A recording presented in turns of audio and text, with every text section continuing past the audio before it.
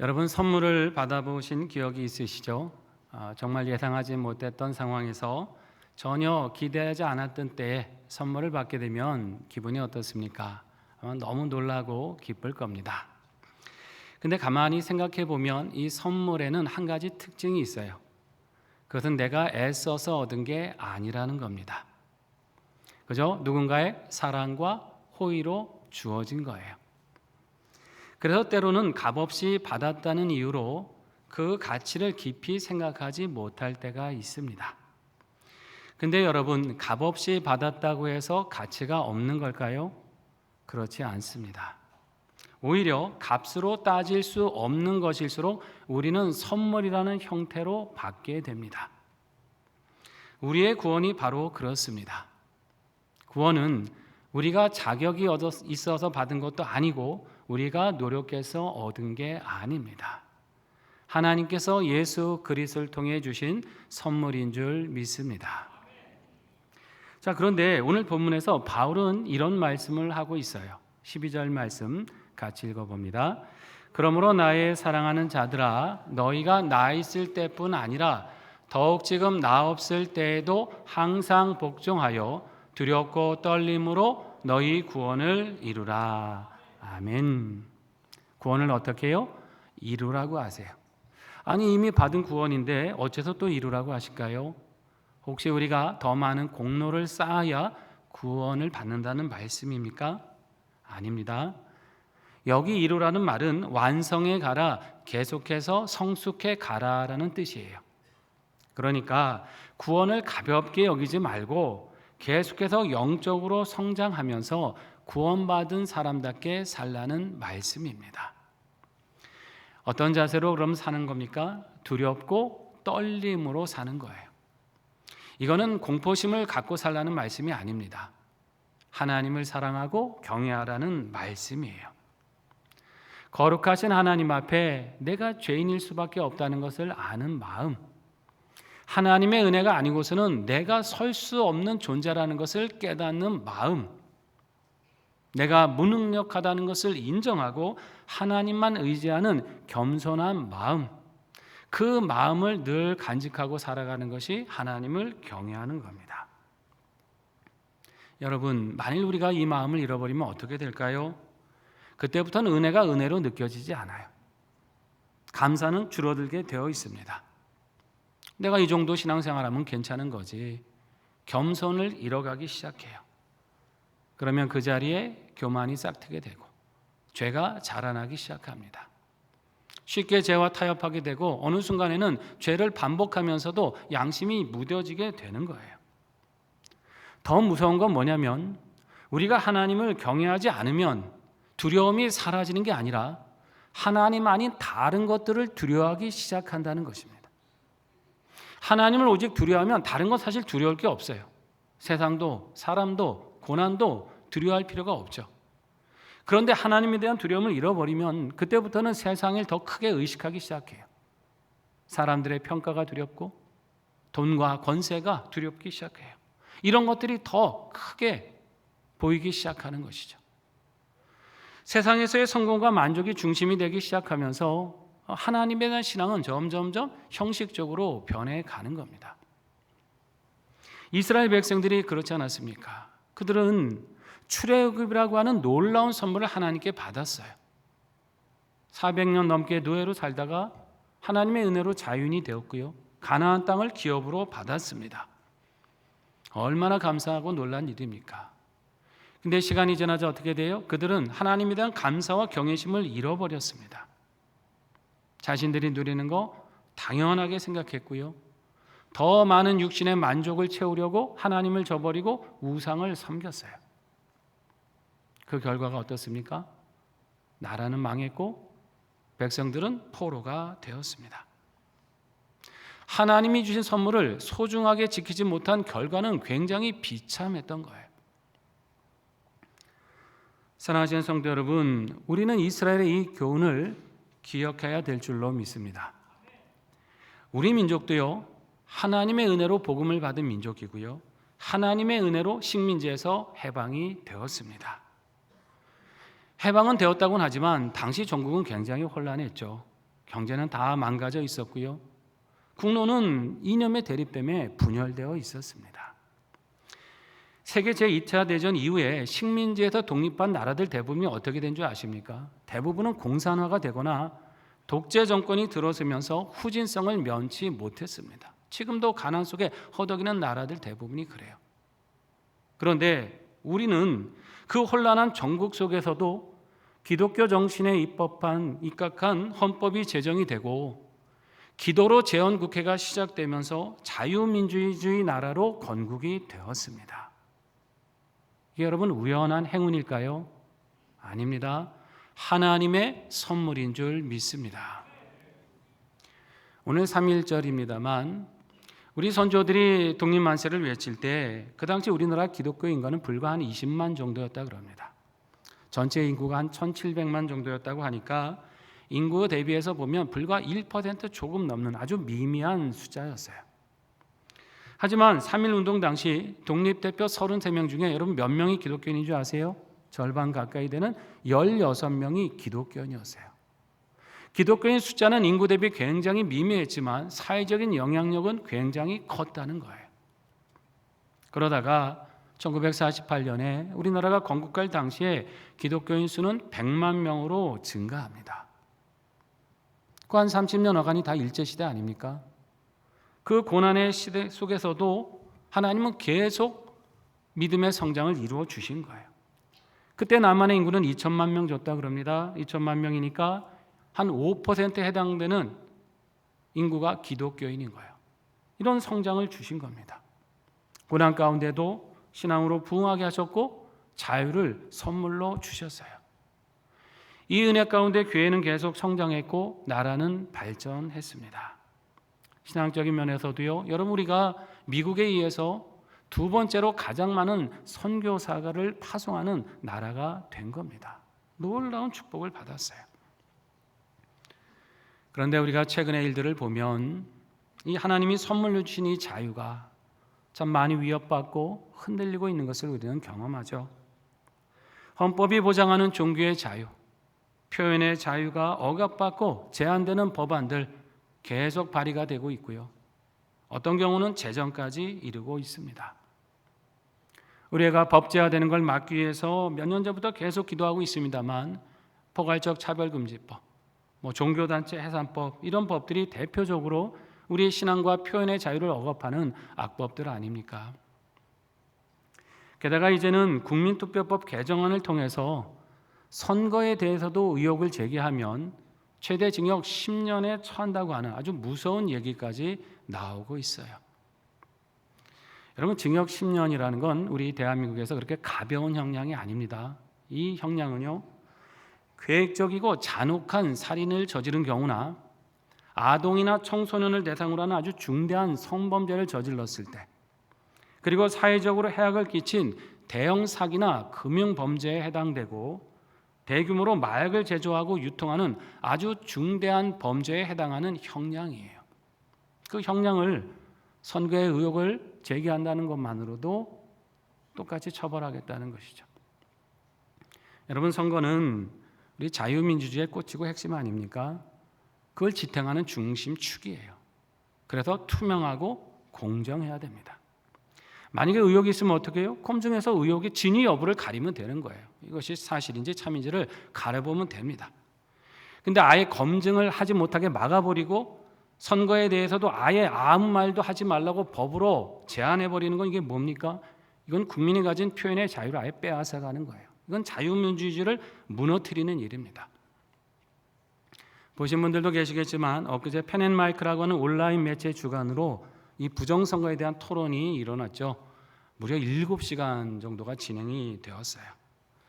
어제 저녁 방송을 보다 보니까 이 방송을 시청한 국민의 수가 550만 명이 넘더라고요. 아마 오늘 아침에는 더 많이 늘어났을 거예요. 그만큼 이제 이 문제는 국민들의 커다란 관심이 되고 있습니다. 아마 이것을 의식해서 그런지 모르겠지만 어제 저녁 뉴스를 보니까 여당이 한 발 물러섰더라고요. 국민투표법 개정안에서 징역 10년과 관련된 조항을 빼고 수정안을 본회의에 상정을 했습니다. 자기들이 봐도 이 무리가 되었다는 거죠. 여러분, 이걸 뭘 뜻합니까? 결국 이거는 국민들이 위정자를 지켜봐야 된다는 것이죠. 그러면서 옳지 않은 권력을 행사할 때는 침묵하지 말고 목소리를 내야 잘못 가고 있다는 것을 바로 잡을 수 있다는 사실입니다. 그냥 알아서 하겠지 하고 아무런 관심도 없고 그냥 놔둬버리면 수많은 악법들이 발휘되고 제정되는 거예요. 특히 여러분, 믿음의 사람들은요, 하나님 말씀에 근거해서 악한 것은 악하다, 선한 것은 선하다라고 말할 줄 알아야 됩니다. 하나님의 백성은 불의에 대해 침묵하지 않고 진실과 의를 지키기 위해 누구보다 힘써야 되는 거예요. 많은 정치 사회학자들이 공통적으로 말하는 게 뭔지 아십니까, 여러분? 이 사회가 악하게 되는 건 단지 악한 사람들 때문이 아니라는 거예요. 그 악한 사람들에 대해 침묵하고 동조하는 사람들이 많기 때문에 사회가 악하게 된다는 겁니다.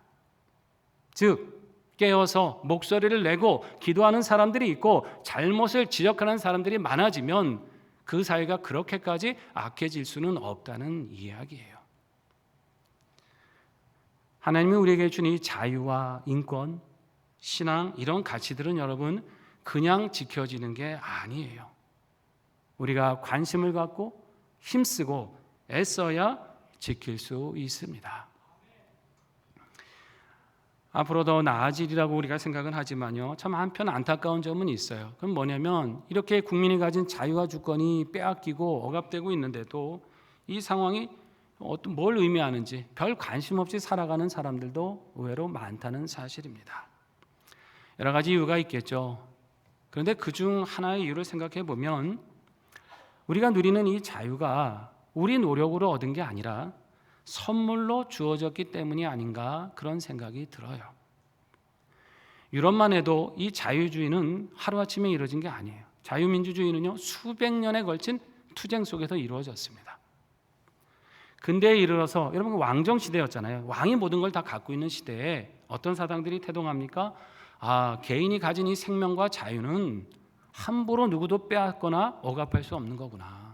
이거는 하나님이 각 개인에게 주신 천부적인 권리구나. 이 사상이 태동하기 시작한 거예요.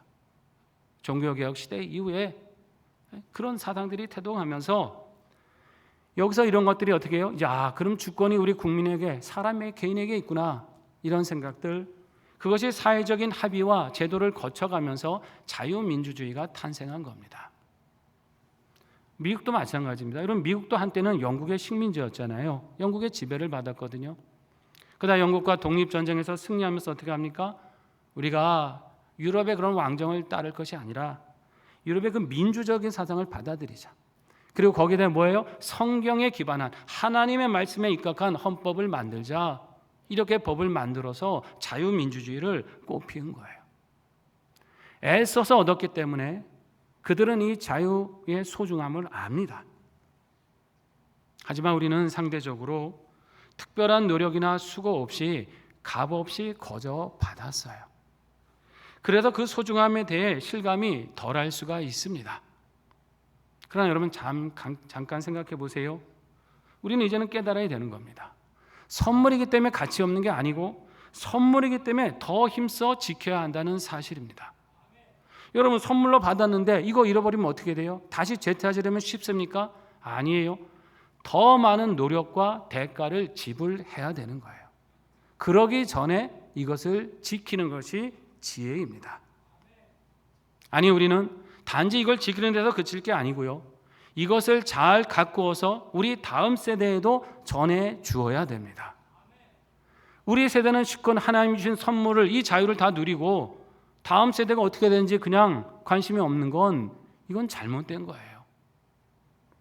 그리고 우리는 하나님이 주신 이 자유를 아직 누리지 못하는 세계 열방을 향해서 복음과 함께 이 자유도 전해 주어야 될 줄로 믿습니다. 이게 선교고 이게 양육입니다. 하나님이 이 시대 우리 교회에게 맡기신 사명이에요. 구원을 지켜가는 것도 여러분 마찬가지입니다. 여러분, 구원은 뭡니까? 하나님께서 우리를 죄와 사망에서 해방시켜 주신 가장 큰 자유의 사건인 줄 믿습니다. 이거 여러분 어떻게 얻었어요? 선물로 받은 거예요. 우리가 노력해서 얻지 못한 거예요. 얻을 수도 없죠. 그렇기 때문에 이 귀한 것을 값없이 주셨기 때문에 우리는 감사한 마음으로 소중하게 지켜야 되는 거예요. 그때 이 선물의 가치, 구원의 가치가 우리 삶을 통해 드러나는 것입니다. 여러분, 이걸 기억하시고요, 늘 하나님을 경외하는 마음으로 살아가십시오.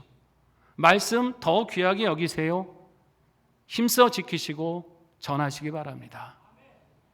이번 주부터 우리가 성경 공부를 비롯해서 많은 양육의 프로그램이 시작이 되지만 여러분, 이 말씀을 배워가면서 하나님의 뜻을 잘 찾아가시고 기도로 순종할 능력을 얻으시기 바랍니다.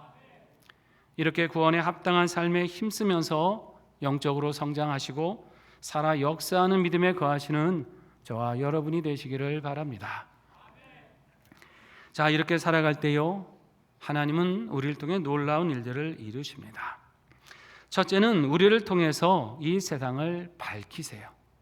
본문 15절 말씀인데요, 같이 읽어볼까요? 이는 너희가 흠이 없고 순전하여 어그러지고 거스리는 세대 가운데에서 하나님의 흠없는 자녀로 세상에서 그들 가운데 빛들로 나타내며. 아멘.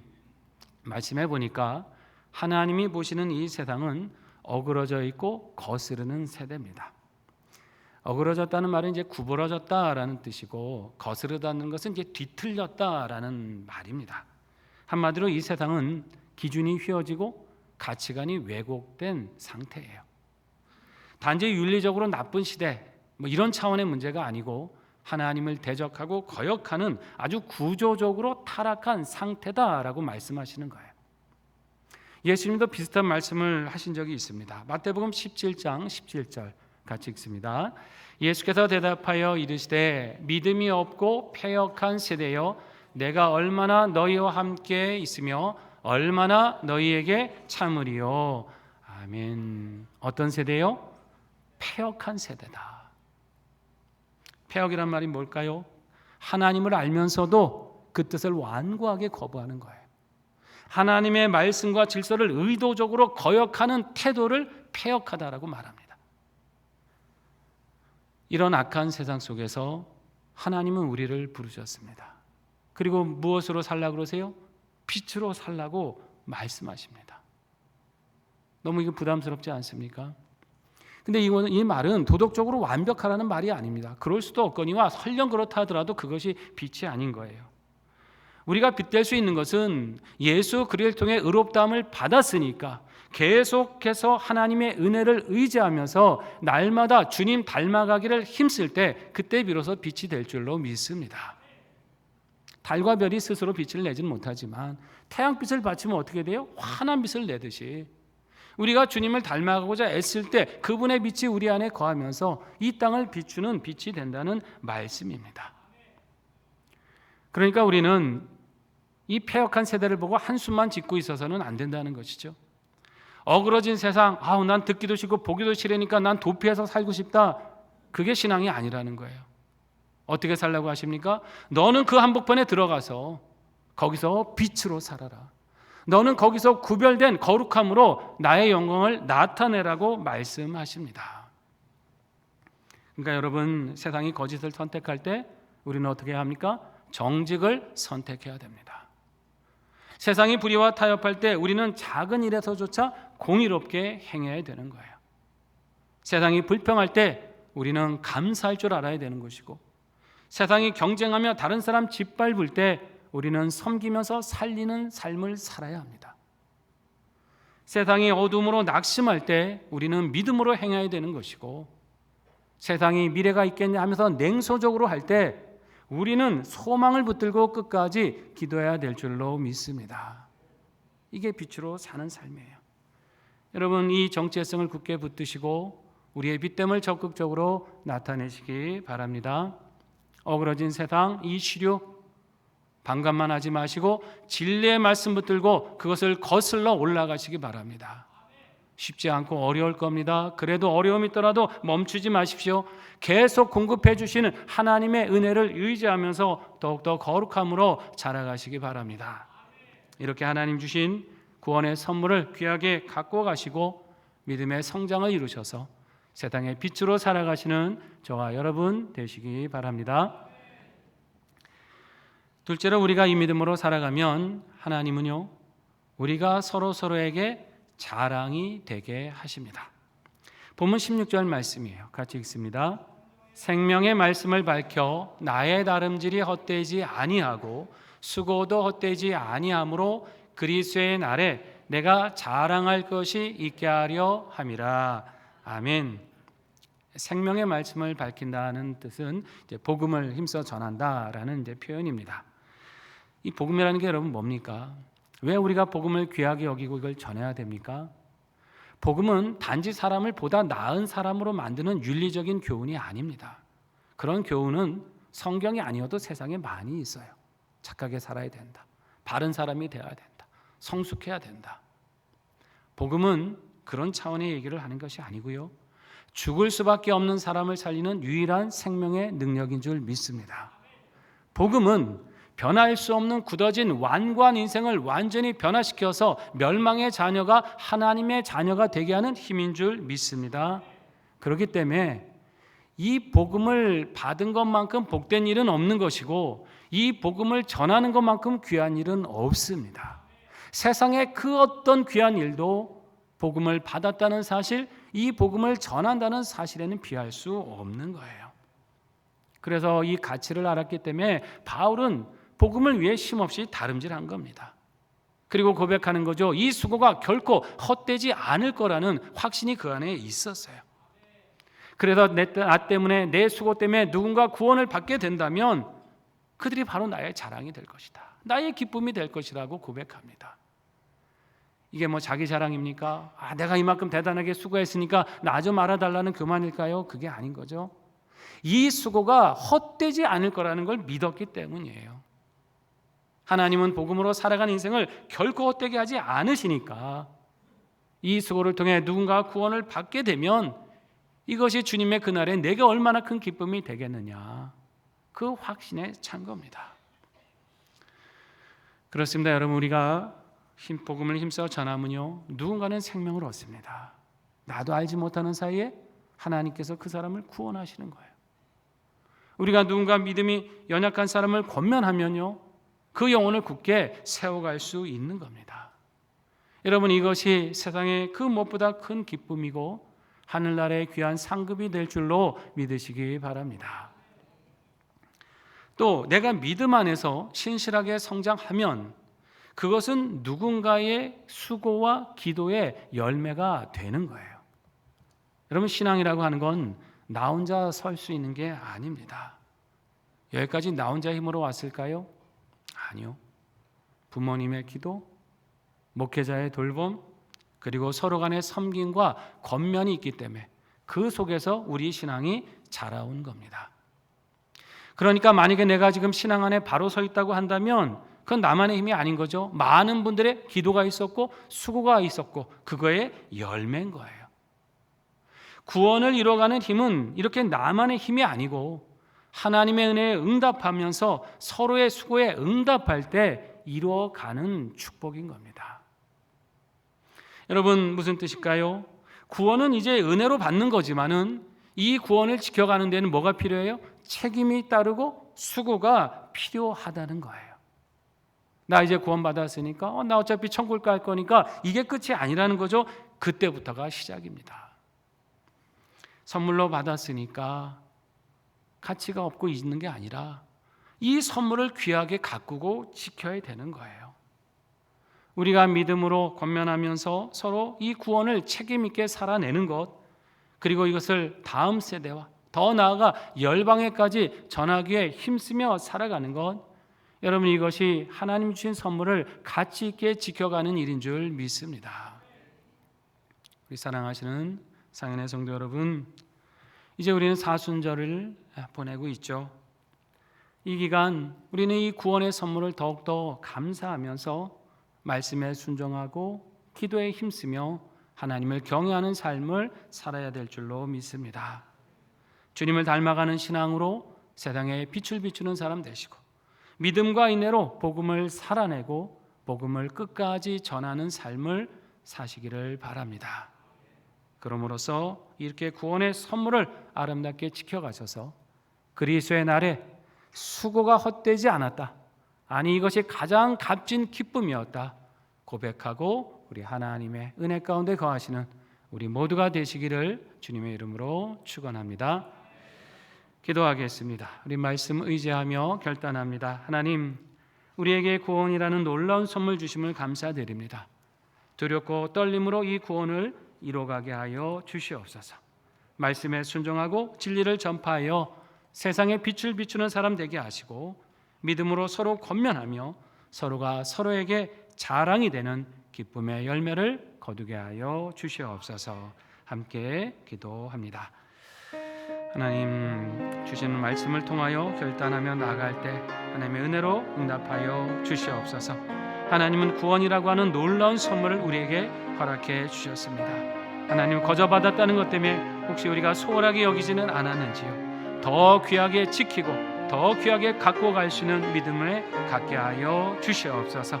하나님이 주신 것을 소중히 여기고 말씀에 순종하며 하나님을 경외하며 그 말씀대로 행하기 힘쓰게 도와주셔서 어두운 땅에 빛을 비추게 하여 주시고 잘못된 것을 고치는 사람 되게 하시고 어그러진 세대의 진리의 말씀을 따라 하나님의 영광을 드러내며 살아가게 하여 주시옵소서. 하나님, 이 복음을 힘써 전하는 일꾼 되게 하시고 서로가 서로에게 권면하고 덕을 세워감으로 기쁨이 되고 자랑이 되게 하여 주셔서 이 수고가 헛되지 않았다, 아니 하나님께서 주시는 가장 큰 기쁨과 복이 되었다라고 함께 고백하며 하나님 앞에 영광 돌리는 모든 주의 자녀들 될 수 있도록 인도하여 주시옵소서.